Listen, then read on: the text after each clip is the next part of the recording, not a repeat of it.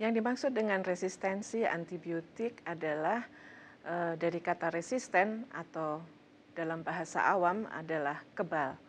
Jadi yang disebut dengan resistensi antibiotik adalah sebetulnya merupakan potongan dari kalimat lengkapnya, yaitu resistensi bakteri terhadap antibiotik.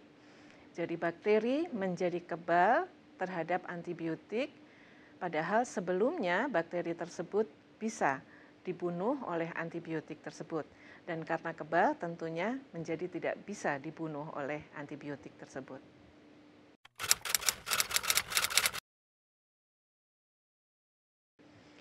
Bakteri menjadi resisten atau menjadi kebal terhadap antibiotik sebenarnya adalah suatu kejadian yang alami. Kita tahu bahwa bakteri adalah makhluk kecil ciptaan Tuhan yang ternyata juga memiliki kemampuan, diberi kemampuan untuk bertahan hidup. Dan oleh karena itu, bakteri memiliki kemampuan untuk menyesuaikan atau beradaptasi dengan keadaan lingkungannya. Dan dalam hal ini, bakteri tentu berusaha ketika bertemu dengan musuh, ya dalam hal ini adalah molekul antibiotik, pada awalnya dia akan mungkin akan menjadi mati atau hanya sekedar teler, ya, pingsan. Tetapi lama-kelamaan karena dia sudah mengetahui bahwa ini adalah musuh, maka dia akan berusaha untuk bisa bertahan, untuk tidak menjadi mati oleh karenanya. Ada bakteri-bakteri yang memang secara alami dari awalnya kebal terhadap suatu jenis antibiotik. Tetapi ada juga bakteri-bakteri yang tadinya tidak kebal, tetapi karena paparan yang terus-menerus menyebabkan dia menjadi memperlihatkan sifat kebalnya tersebut. Atau kemungkinan lain adalah bahwa gen atau sifat genotip yang mengkode kemampuan untuk menjadi kebal tadi, dia peroleh dari sel bakteri yang lainnya. Sehingga ada gen yang bisa berpindah dari satu sel bakteri ke sel bakteri yang lain, baik itu di dalam spesies yang sama maupun spesies yang berbeda. Hal-hal tersebutlah yang secara alami terjadi di alam ini, menyebabkan bakteri menjadi kebal. Sehingga sebetulnya resistensi itu adalah sesuatu yang pasti akan terjadi, ya. Namun dalam hal ini kita sebagai manusia yang menggunakan ternyata selama ini menyebabkan kekebalan itu menjadi lebih cepat terjadi. Apa saja yang bisa menyebabkan kekebalan itu menjadi lebih cepat terjadi?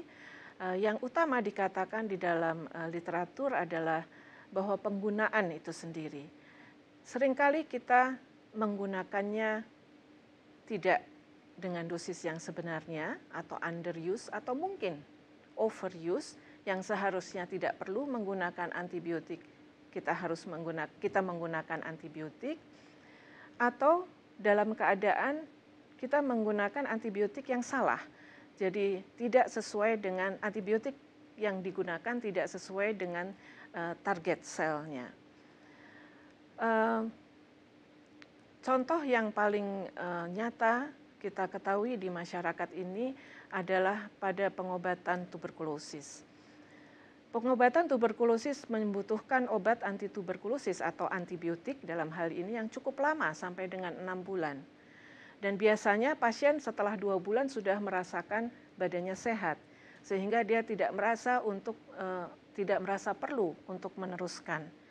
Namun sebenarnya karena Mycobacterium tuberculosis, penyebab TB itu tumbuhnya sangat lama dan kondisi di dalam paru-parunya itu menyebabkan kita harus menggunakannya dalam waktu yang cukup lama sampai dengan 6 bulan, sehingga obat yang dihentikan setelah 2 atau 3 bulan dan tidak tuntas sampai dengan 6 bulan, itu tentu akan memberikan risiko kepada Mycobacterium tuberculosis itu untuk menjadi lebih pintar dia.